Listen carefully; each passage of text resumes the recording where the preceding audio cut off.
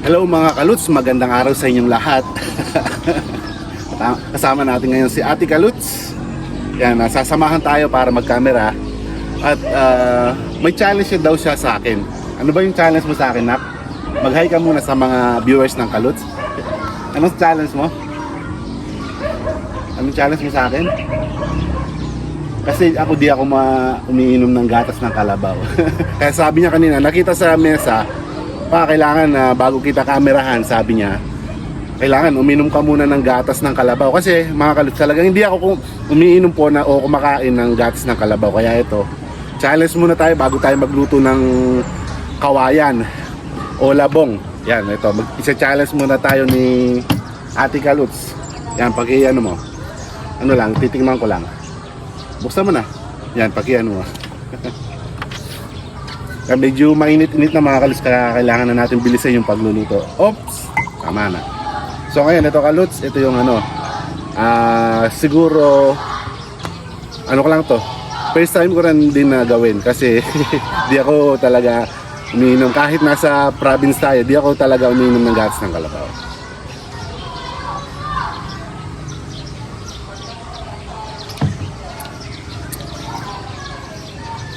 Ay, sarap. Ganun lang pala yung lasa. Ay mga kaluts, umpisahan na natin yung pagluluto. So, Ate Kaluts, let's go na. Medyo mainit na. Kailangan na natin umpisahan yung pagluluto ng kawayan o labong. Yan, yung labong na to, ito yung dilaw. Kasi yung native natin ay kulay puti. Mga kaluts, sino bang kumakain sa inyo ng labong? Sino bang nakatikim na dyan? Yan, subukan nyo, masarap to.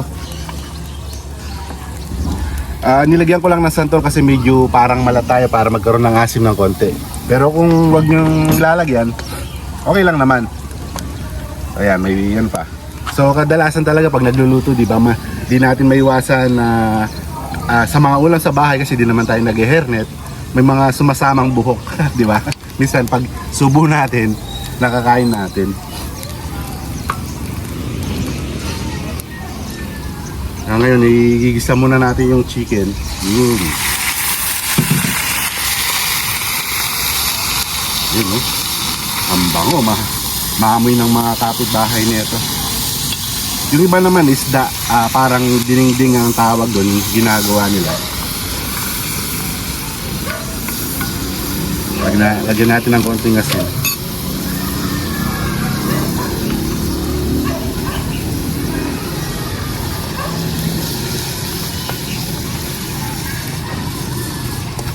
Talagay na rin natin yung santol para may sama sa lasa ng manok.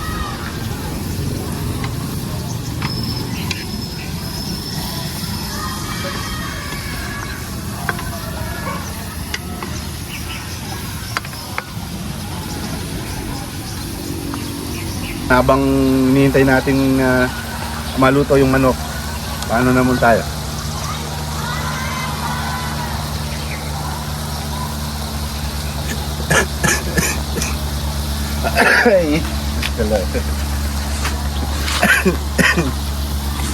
Ayan, hintayin natin mawala yung yung sariwa ng manok. Yan, pag nagigisa tayo masarap na ganito, kailangan matanggal yung niya, yung lansa. Para hindi kumakapit sa sabaw. Yan, si Ate Kaluts matututo na magluto na ito dahil nakikita si Papa Kaluts na nagluluto. It's a great experience na naman na sa talambuhay natin na hindi tayo uminom ng gatas ng kalabaw. Kaya ngayon ito, challenge talaga. Challenge tayo ni Ate Kaluts sa pag-inom ng gatas ng kalabaw. Ito, matututunan na natin inumin niya. Kasi nung una, siguro parang masyadong maanggo dati yung natikman ko. Kaya di na ako mulit. Kasi tinikman ko lang ng konti ng ganun. Di ko na inulit. Kaya ito second time I think or first time na naparami tayo ng ininom.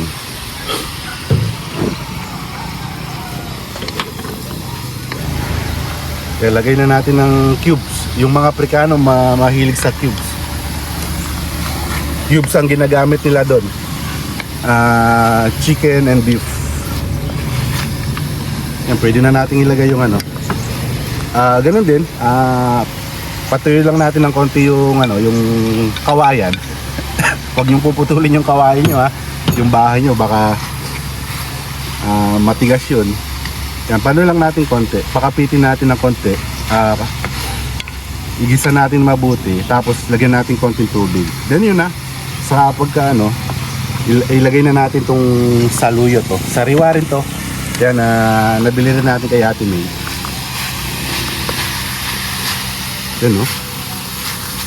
Diba? Wow. Saluyot labong. Labong. Ay, labong din sa Tagalog, di ba mga kaluts? Kasi sa Kapampangan, labong din eh. Labong na kawayan. Ito yung suli nito. Pero kailangan yung tiplahin nyo kung matigas pa yung kung kukuha kayo ng labong. Tapos binabalatan ng maigi yan. Yan, nilagyan ko na ng tubig ng konti para naman magkaroon siya ng konting sabaw. Pero patutuyo rin natin kasi walang sabaw to itong labong. Yan, reminder lang din, inano na natin to, pinakulo na natin, kaya malambot na itong labong. Kaya konti na lang. Pinakulong ko siguro mga around 25 to 30 minutes para malambot na, diretso na.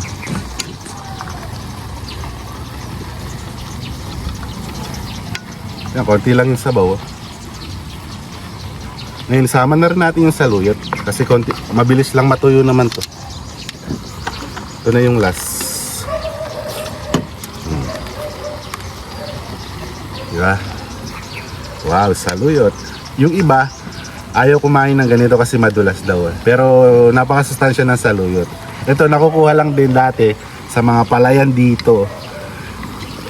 Yan, kaso ngayon medyo na rin, mga fish pan. Pero sa mga fish pan, may naliligaw pa rin actually. Ano, sarap po. Ate Kaluts, yung challenge kita, kailangan tumigim ka nito. Ha? Okay. Kailangan na kasi binigyan mo ako ng challenge eh. So kailangan bibigyan din kita ng challenge. Titikim ka? Kakasa ka ba sa challenge ni Papa Kaluts? Si Ate Kaluts, sa Monday pa yung pasok nila, kaya nakakasama pa natin sa pag-vlog. Susunod, na to? Mag-aaral na. So Ate Kaluts, may naisip pala ako. So bago kita i-challenge muna natin si Mama. Kasi di ko pa nakita kumain ng labong yun eh. So ngayon tara, bababa tayo. Papatikman natin sa kanya itong labong. Yan. Yan. Kasi nagtatrabaho pa si Madam Kaluts eh. Tara na, dali mo to. So yan, tara na. Punta tayo doon kay Mama. Puntahan natin sa baba. Tara na. Yan, dahan-dahan ka ha. Yan, di pagawa yung bahay natin. Mula pa lang, mula. Panimula. Ate Kaluts, sa tingin mo, anong mag-i-reaction ni Mama? Ha? Ano, Maki? Tara. Tara na. Yan, so pupuntahan na natin sa kanyang workstation sa may room. Ito kasama natin si si Baby Kaluts. Aga naglalaro. Yan, so tara na. Ito, patay yung ilaw. May pa. May challenge sa'yo si Ate Sophie. Si Ate Kaluts. Yan, may challenge sa'yo. Kailangan daw tikman yung niluto namin. Yung kawayan. Kawayan, nag-overt ako. Hindi, yun lang. Isang tikib lang naman eh. O yan. Jose.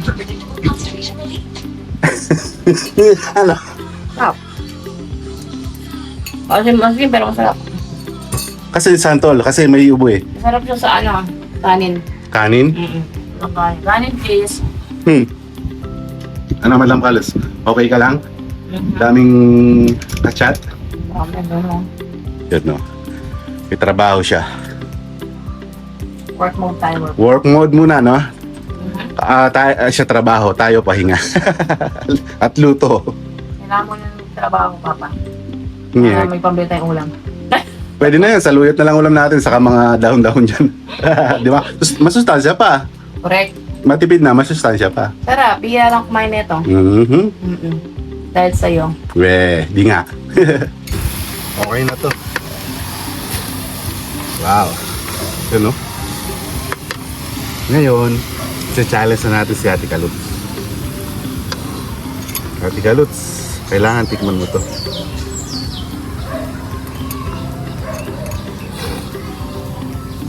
Yan. Papatikim natin kay Ate Kaluts itong kanyang labong, yung niluto ni Papa. Yan, tingnan mo. Yan, kasi may challenge siya. Sinchallenge niya ako eh. Pinainom niya ako ng gatas ng kalabaw. Kaya ngayon, challenge ko siya. Pakainin ko siya ng labong ng kawayan.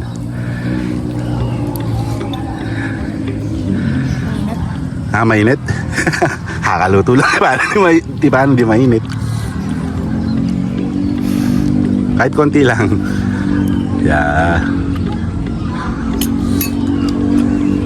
Ano lasa? Good? Masarap? Very great. Ano yan? Ano ba yan? Labong? Labong. Ano yung labong? Bamboo. Kawayan. Makain ka na ng bamboo, di ba? So yan, in-accept yung challenge natin ni Ate Kaluts. Thank you.